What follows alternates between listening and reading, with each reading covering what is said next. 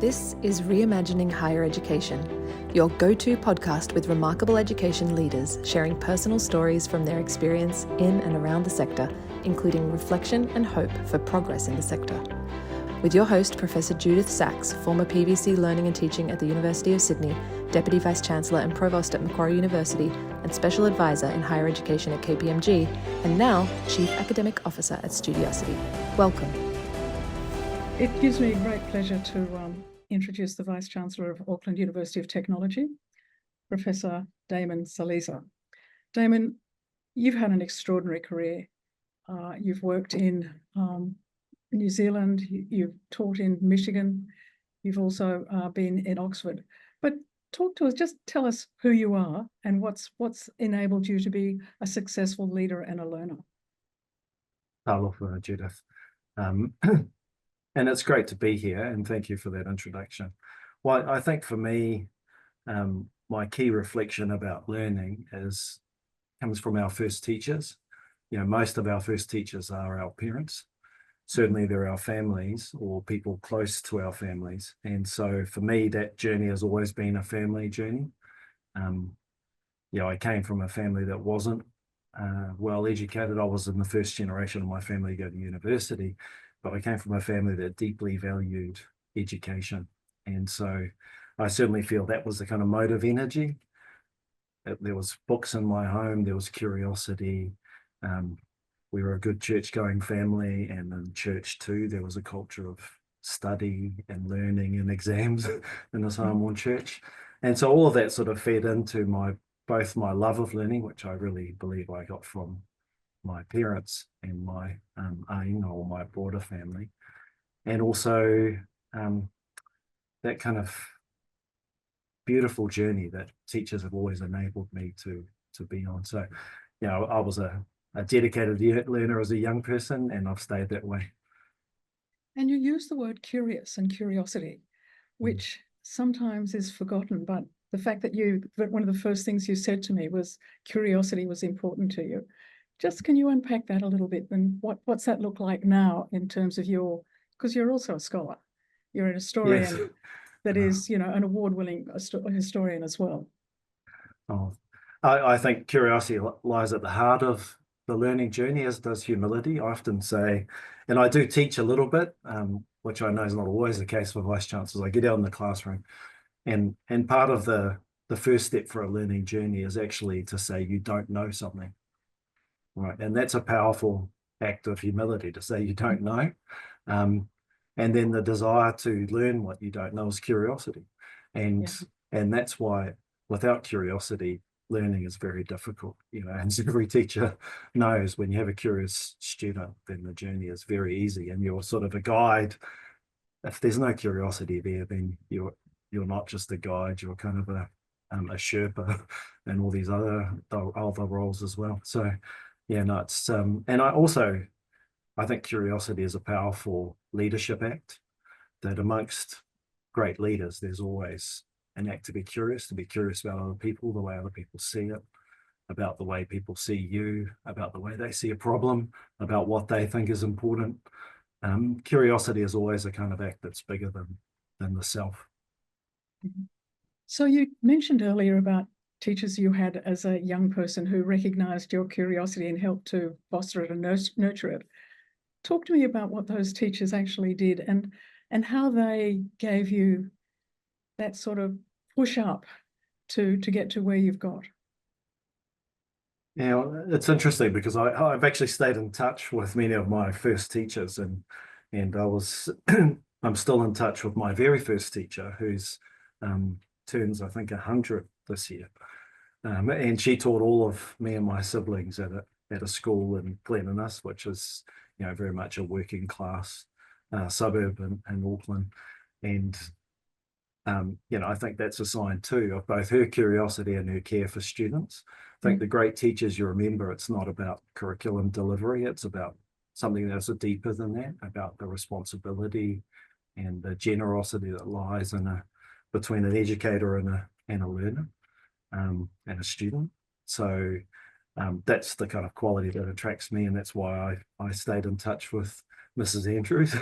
And then I last saw her actually at the funeral of another one of my teachers, Mrs. Middleton. So it is, they have stayed closer to me probably than most. And part of that is because my mother was very much a part of school life and she stayed in touch with them. Part of them is they've been interested in my journey as a person, and as a scholar and as a leader. And it's always great to be to understand the journey you've made, because it helps reflect on where you are. It keeps you honest, and it also keeps you humble, which I think are two qualities that I aspire to retain as a leader. So when I introduced you through your discipline, which we often do. We are our discipline in many respects, rather our position. Why history?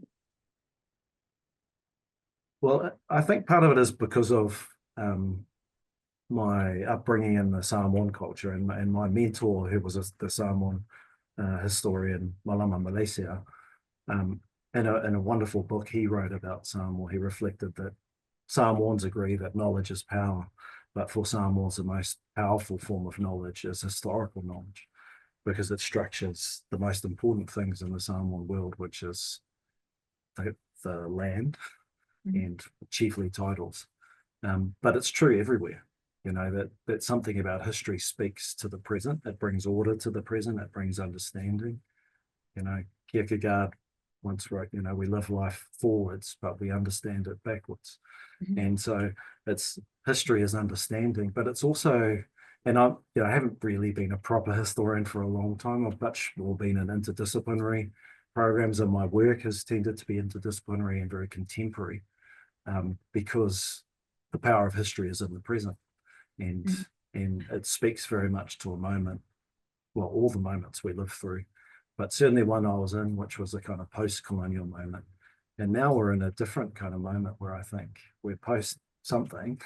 We kind of figure out what, and I know you have questions about what this geopolitical condition of the world is, but it's definitely post something, and we're trying to understand what the remaking of the world order, essentially since the US-based peace settlement of the Second World War, which has given us this long period of predictability, seems to be eroding with a rapidity that I think, if you don't know history, looks surprising. But if you do, you realize how rapid really significant changes can be.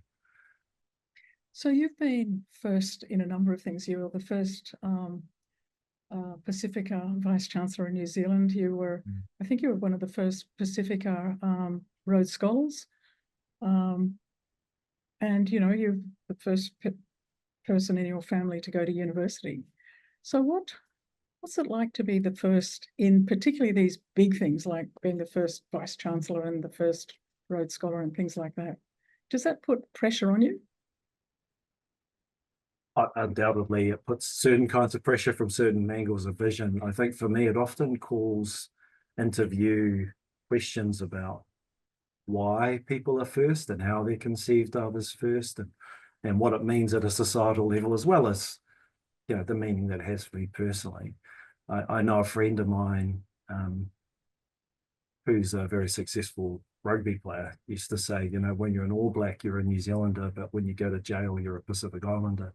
And there's a real sense about what the kind of public perception of social inclusion means. That as we broaden those categories, so that Vice-Chancellors are women, that they're Indigenous, all those things, they do actually raise questions about long histories of constructing the present, and why did it take so long to have an Indigenous Vice-Chancellor in New Zealand?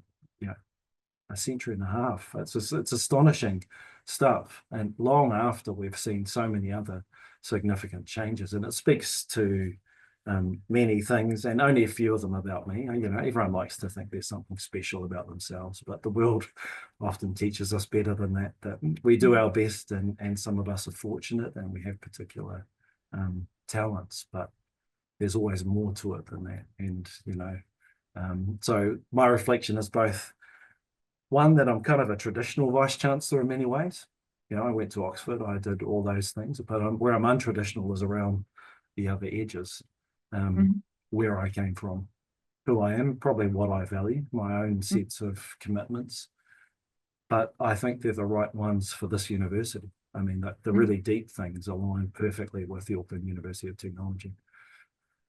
And you're a relatively young university. I mean, you've got a long Yeah. history in terms of I thought you were going to education. say I was a young Vice-Chancellor, but Well, that too. someone But said that to me this morning. So, yeah, but it's a university that has evolved into a very sort of niche-based, very purpose-driven in terms of what it aims to do. Could you not other people won't have done as much research into AUT yeah, as I have and to you, but can you just tell me a little bit more about AUT and what's its place in New Zealand society, but what's its place yeah. in Auckland in particular, because you're both national and regional. Yeah. So Auckland University of Technology, AUT, is one of New Zealand's 8 universities, all of which are public universities, and 2 of which are based here in Auckland. Now, we're the newest in a sense, because this is our 25th year as a university, but we're also quite old in that we've been an institution of learning for nearly a century and a half. And we began in a way that's quite familiar to people in the US or UK as an institution of learning for working people. And so we began as a place of technical education. We became a technical institute. And then just before we were a university, we were an institute of technology. And so we're both new and old. We've been on this site for over 100 years as well. So it is an unusual story in New Zealand in that sense, but it's quite common in the Anglophone world. And within that, of course, we have a technological inflection as a university. We're, by headcount, the second largest university in New Zealand. So we're a big university, 26,000 students in headcount. We're roughly a comprehensive university, but we have a heavy focus on technological subjects and health in particular, and design. So a very large school of design, a very famous school of journalism and communications, but in particularly health, engineering, computer science is where both our numbers and a large part of our reputation is. We're the lead or sole provider for 11 health professions in New Zealand. So we kind of often say New Zealand's health system runs on AUT. And so very much in that sort of segment, like many Australian universities of technology. Where we fit, though, in Auckland is quite interesting, because we are a truly diverse university. We're diverse in terms of ethnicity, we're diverse in terms of age, we're particularly diverse in terms of socioeconomic background. In many ways, the most diverse in New Zealand. And part of that is because we're in Auckland's, which is, as a third of New Zealand's population, but by far the heart of its diversity. And then within that diversity, we're particularly, over half of our students are either Māori, the Indigenous people of New Zealand, Pacific people, Indigenous people from elsewhere in the Pacific Ocean, which is myself, or Asian. So we're already a minority university, as they'd say in the US. And that sort of speaks to our broader mission, our social mission. And I think if you looked at the university and asked what's distinctive about it, a lot of it is its connection with industry, with the workforce, very much sort of in the trenches with New Zealand's economy and its society. A university that lives and dies with the communities it serves, which are international, but also national, but especially here in Auckland. So if I walked around the campus, and you've got several campuses, so the campus where your office is located, what would I see? And what would I see students doing? Well, it's a great week to ask this question, because it's the second week of classes, and it is just humming out there in the university. A beautiful day in Auckland. Come study here, come work here. It's a wonderful place to be. I think this is a university, and I know this from what students say to each other, not just what staff say to the Vice-Chancellor, that it's famed for its student experience. It's a place where students bring their whole selves to the university. and we look after students deeply. You know, I think we take great pride in our commitment to student services, student support, to academic achievement. We know that the opportunity to study is one that many of our students are the first in their family to experience. And I think it's something more than any university I've been associated with. It's a mission of all the staff, academic staff, professional staff. I think you'd find they all deeply committed to the idea of educational opportunity. And so that sort of pervades the campus. Very urban campus in many ways, perhaps New Zealand's most urban. You know, part of our campus is 50 metres from Queen Street, the main street of Auckland. And then we have the 3 campuses in Auckland, as you referred to, so north, south, and where I am central. So I think now you'll see a lot of students of diverse, just like I said, of diverse age, ancestry, and subject, very much hanging out at the university. There's a certain dynamism amongst our students, which I find particularly exciting. You know, and I just came up on the lift where people were telling me about they're in their second week of their studies, and just how much they're enjoying it, how well cared for they feel. And our O week here is a week of welcome. So pretty much every student goes through a pōwhiri, a traditional Indigenous or Māori welcome. And we bring them onto the campus. I speak to them about how they are now haukainga, they're part of our village now. And we ritualize that moment, because I know many students are very nervous at this moment. They're worried they won't meet anyone. They're worried that they've made the right choices. They're worried what of the uncertainty that lies ahead. And I think that spirit of welcome and pōwhiri captures what's special about AUT, that I can see those students really embrace that welcome. They see in the university themselves. So yeah, I know that's not as concrete perhaps as I'm trying to describe a feeling. Yeah. Which I understand that it's their place. They feel that they belong there, and that it's their space, and it's their space to make something of, in terms of their lives, but also the life of the community and the institution. And there's identities that are built out of institutions that people gravitate to them. And you often watch these TikToks where students talk about the different universities and what they're for and what their reputation is, and what embodies or stereotypes the students. And almost always there's some version of that, not always in the positive way I've described, but they recognize that there's something about AUT students that is a little more laid back, a little more about the connection with other students and staff. And I think for us, if I was to put it on a structural level, is that AUT has a long history of workplace integrated learning and practice-based learning. The scale of our teaching and our pedagogy is more intimate. And so it is very rare to go through the university without some deep engagement with staff.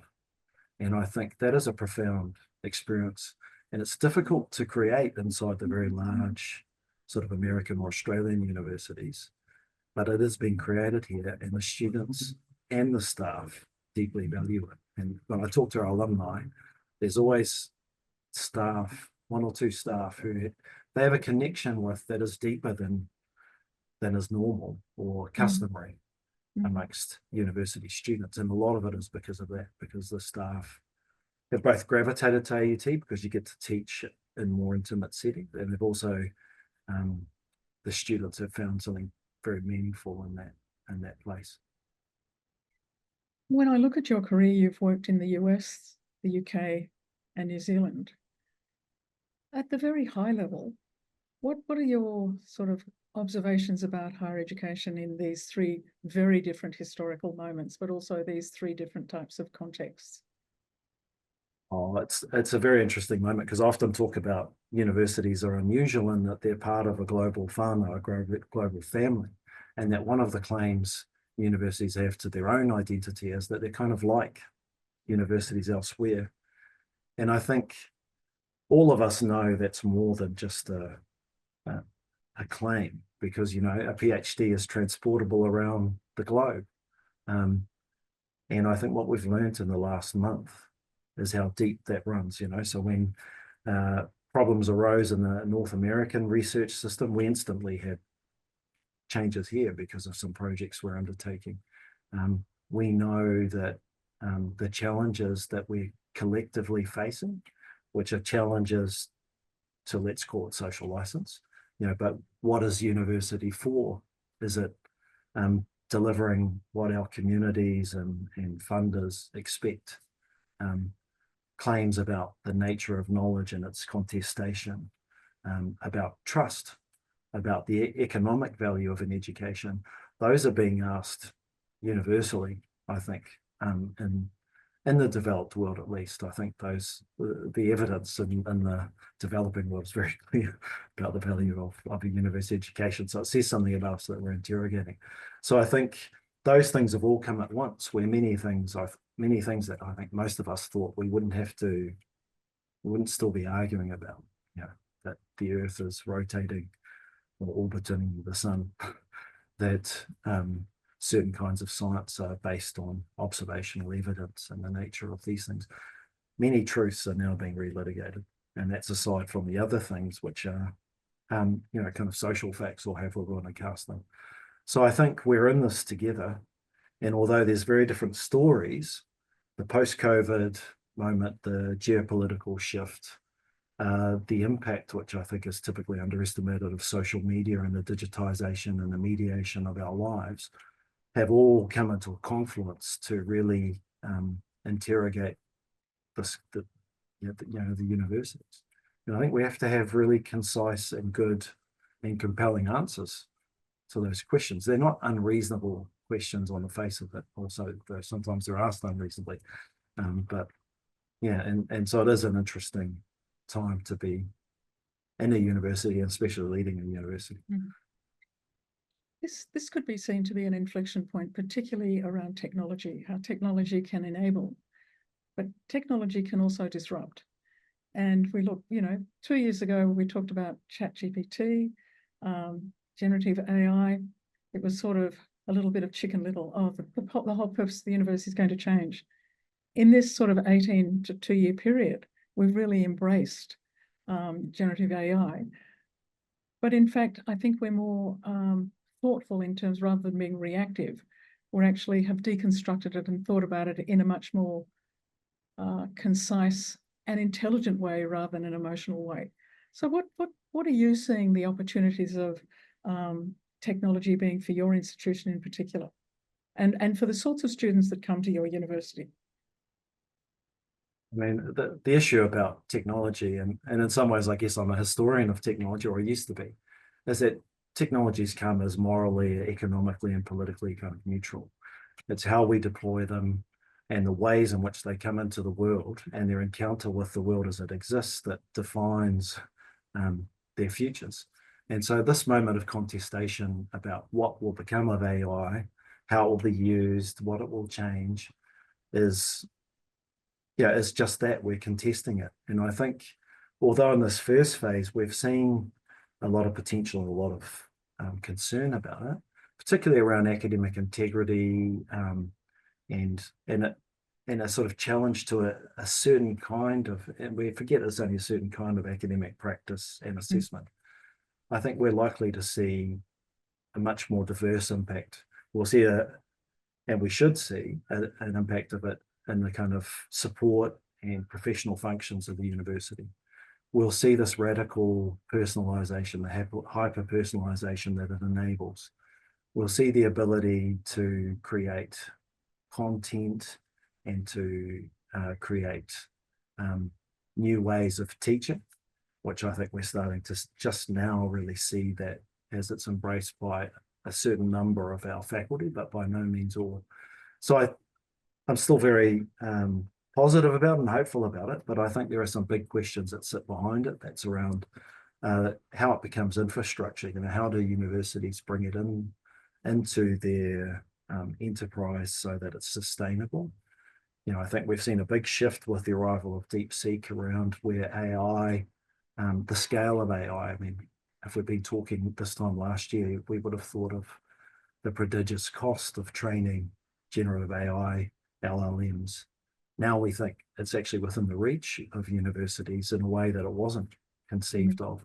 So we're going to see the economics of AI be one of the drivers of how it will impact the sector.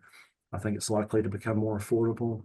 There'll be all sorts of risks around the ways in which the big ed tech players that universities have increasingly come to rely on either capture this market for the universities, or we might see a new set of players. But the kind of financialization of AI still lies very much ahead of us. So that's probably the big risk I see. How will we support this?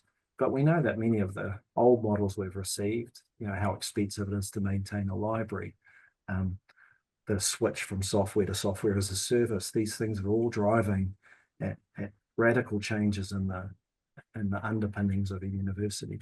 So this is just one of them, I think. I do worry that the pace is what's new. COVID, many universities changed at a great pace in COVID, and we saw that was about what our people could handle. What we're seeing is actually an ongoing pace of change, which is challenging, I think, when you want to include all people in it. And that's probably what worries me most. We're about to go and consult on a set of AI principles at AUT, which include ones that we've seen in other places, but also ensuring that we deploy AI in a way that supports our mission, not in a way that's just chasing AI as a better way, because we have seen technologies actually amplify inequalities, undermine quality teaching, challenge presumptions and advances we might make elsewhere, or not help with quality learning. And we are a university, we're here for a certain purpose, and we need to hold fast to that purpose. So that bit is, I think, the kind of existential struggle. What will we use it for? Who will have access to it? Will it benefit all lives equally? Because if it does, then it'll be the first technology we've seen that did that. So technology, we've indicated, is a challenge for you in how to manage the rate of implementation and development. What are some of the other challenges that are facing higher education, particularly in New Zealand? Well, I think one of the great challenges we retain is that we live in a fundamentally unequal world where the access to education and educational opportunity remains profoundly unequal. New Zealand has what is by almost all measures a really high performing educational system, but it is also in the OECD measures one of the least equal. So if it works for you, it works extraordinarily well. And if it doesn't, it doesn't. So I think at the heart of the AUT mission is to make sure that we are what I've called the University of Opportunity. So a place where people who are academically talented and prepared to work can thrive. Whereas typically at university, across the Western world, it remains mostly beneficial and mostly accessible to the well-heeled parts of society. And actually, there's a risk we go back there. And that's not what AUT was built for. It's not what it's great at. We're a place which has, we often call it the distance traveled. We're the university of the distance traveled. So everyone graduates with a degree here, but not everyone began in the same place. And AUT takes the students to the stage. And sometimes it's had to bring them quite a distance. And in the New Zealand funding model, you just get paid on the outcome, not on the difference you made. So it's often unrecognised labour, but it's our mission. So I think inequality is certainly one. I think there's likely to be an increasing need of universities as a place of social cohesion and connectedness. for growing and supporting the development of well-rounded citizens. And I think this is something that people forget is a critical function of universities. And they'll come to appreciate it more as perhaps some of the old jobs go away, the world changes. And actually, as we're seeing many challenges to the democratic ideals that we once thought were obvious and widely shared.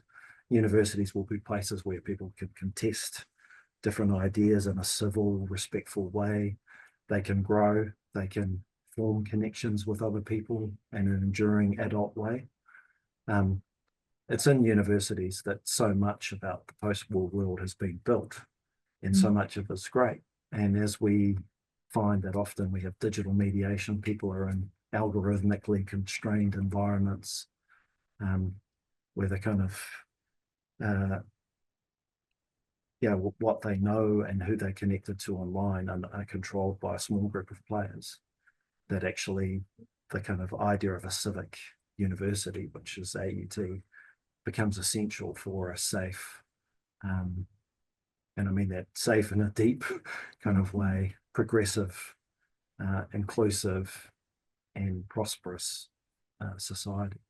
So I think there'll be a bit of a rocky road before people come to see it the way that I do, but I think they will. But a big part of that is to retain the great things that universities do in that interim, as we move to the next phase out of this kind of post-war baby boomer moment into a kind of future which looks very different to that past. So let me take you forward in the Kierkegaardian sense, 5 years. If we're having a conversation, and you talked about the post whatever moment, and I don't know what it is post. This is a really line in the sand. But what sort of things do you think we'll be talking about in 5 years' time if we were fortunate enough to still have a pulse? What will I be talking about? Well, I believe I'll be talking about pretty much the same things.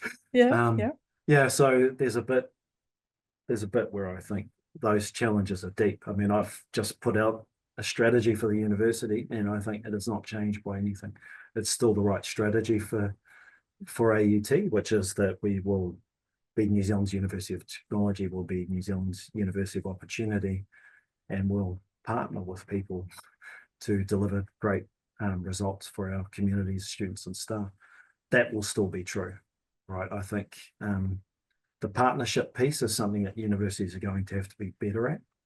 That's clearly about how we secure, partly it's about securing social license, but for a university like AUT, it's making sure that we're meeting the needs of industry and employers. So I think if you get those sort of bits right, 5 years is actually not a very long time. I do think we'll still be unpacking this moment. I wrote a piece in 2023 about how we should expect the impact of COVID to be almost generational, that the children who are most impacted by COVID in New Zealand were the 5 and 6 year olds, and that a lot of that impact would only be evident when they were 18, 19, 20. So we won't even be at the end of COVID then. I think a lot of this is post-COVID. We didn't see almost a single Democratic government survive COVID, their first election after COVID. I think obviously people are looking at the significant change going on in the US, but that's not the only place where it's happening. We can see people have similar kinds of thinking in Europe and New Zealand and Australia and the UK. So we'll be talking about those things too. But if a strategy can't survive 5 years, it's not a good strategy. So I would probably start there. What do I think we might have seen maturity on? I think the AI piece should be bedded into universities and should be a universal experience of students then to have become capable with it. I think the teaching, and we know that teaching, because it's with subject matter experts who spent 15 years of their lives learning this stuff, sometimes the arc of changes is not as steep as we would like, but we will have seen a maturation around how AI is used in teaching, but particularly in assessment. And I think what I'm proud of here AUT is how quickly we've adjusted to assessment, because it accords with our fundamental view around how assessment should happen in a university. It should be authentic. And if it's authentic, then already students, when they go out in the world, will be using AI. So why would we deny them that kind of tools? It's like those days where you couldn't use a calculator in your exam. It is now a tool that the most desirable students in the outside world will know how to do well with. And so I think we'll see a maturation of that. I think where the bigger challenges lie is around some of the things that the sector's perhaps come accustomed to, which are around our own sustainability, probably around the way we connect with international students and international markets. I think the way we connect and retain trust with Indigenous communities, and the way in which we are or are not authentically sustainable. The carbon we produce, the amount of air travel we do, the amount of commuter travel, the amount of carbon we put into the world. I think universities do, in a time like this, have a greater moral impetus to be leaders. When the world is sort of shaking in these places, and we know the facts, we know what has to change. And if universities can't do it, you sometimes have to ask yourself, who can? So I've got two more questions, and then I've got a cheeky very last question. Okay. So if you reflect on your extraordinary career and the things that you've been talking to me about today, what advice would you give to your younger self? I will say you shared that one with me earlier, and I having thought about it quite deeply, I think I didn't really come up with any great advice. I do think I was fortunate to have wonderful people around me who supported me, and I think that sense of not investing, but connecting with people who align with your values, and who you can learn from. I think I don't think I conscientiously, self-consciously knew that, but I knew it. And then I think I've been fortunate, like everyone who thrives, to have really supportive people around me. So advice? No, I think I'm fundamentally happy with where I've ended up. I think what I might have said to me, a younger me, would have been maybe to focus a little bit more on research than I did in my earlier career. There was a tension in my career between leadership and research, which I think many people know. Yeah. And I leaned into the leadership, but it did mean that some things were slower than I would have wanted. Yeah. And that was you an honest mentioned moment. and look, as you were speaking, you made me reflect on my own decisions to go into leadership roles rather than and one becomes de-skilled as a writer if you're in a leadership role, because you're using different sorts of frameworks, you're using different sorts of time frames, and that's a decision one makes. Maybe the thing I wasn't good at, that I've become better at, I think good at, is at the point of bargain. I think academics are not very good at getting their true value in those moments. So where you have so maybe that would be the other one, is that I could have got more salary at a moment or whatever. And so there's really only two types of academics. I see the ones who deserve it and don't ask. I'd put myself with it too. And the ones who people see as grasping and those people, but they do get a better deal for themselves often. There is a middle ground where I think academics can be. We're just to understand their contribution and their value. But you're all well valued at AUT. Yeah. So you go to lots of graduations, and you've been to you walk around campus. What advice would you give to the young students that you run into at graduations or walking around campus? On them, I'm full of advice. But a lot of it is so since I've arrived, we've developed in my behest a course called Uni 101, which is to teach the skills that are necessary for university success, but we often see as implicit. We often consider them to be middle class sort of learning skills, but they can be taught. And those are things like self-awareness, time management, planning, the things that make students come unstuck. And so I often ask questions that are about those very fundamental things, like managing your time, managing your priorities, and taking care of yourself and being aware of yourself, what you actually need and how you need it. And so I think those sorts of questions, and it's not typically advice, it's drawing to the surface what students already know, but they haven't often understood the value of it. And often in our educational system, that's the big difference between a high school and a university, or even a workplace and university, is you're self-managing your time. You have to become a self-effective learner. And those students are almost invariably successful. That seems to be highly, and the research is quite clear on that, determinative of success. So, it's those things, just to help them think about it and then have discussions about quite practical things about learning. How do you take notes? What do you do with your notes? Things that actually students don't often get to talk to academic staff about, and I often learn. So, students tell me what the best note-taking app is. Many of them prefer now writing because of, for whatever reason. So you see these kinds of the deep thinking that students are doing to how can they best learn and negotiate this really complicated learning world. So my cheeky question is, what are you reading at the moment?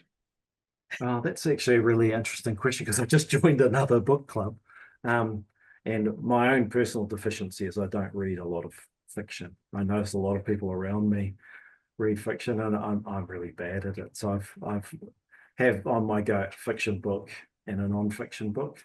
And as it happens, I'm trying to, and research is just a hobby now, but I have a 3/4 finished book. So I'm rereading one of my favorite books, which I just restarted a couple of days ago, which is by a magnificent Australian academic, the late academic Greg Denning, a book called Mr. Bligh's Bad Language. And then the fiction piece I'm reading, it's called Lioness by Emily Perkins. Perkins, okay. So no, and that one is actually a really good one. She's a beautiful writer. And so I've picked, and so both Emily and Greg are kind of writers that you dream about being. So they're both wonderful to read, but they also get you in the mood to do a little bit of writing. Damon, thank you for your time this afternoon. For me, it's been a great privilege and a great pleasure, and I hope that at some stage our paths will cross, and I will have read that book that you mentioned by the fiction one. Yes, Emily Perkins. Emily, that one, yes, yeah. Emily Perkins. But look, thank you, and I wish you well in the fantastic work that you're doing in reinvigorating, but also re-establishing the lives of many people for whom education is a second chance. So thank you for that great vision. I'm here, Judy. Take care. Bye-bye. Bye. You have been listening to Studiosity's podcast, Reimagining Higher Education, candid conversations within higher education, sharing stories of leadership, change, and best practice in teaching and learning. Visit studiosity.com.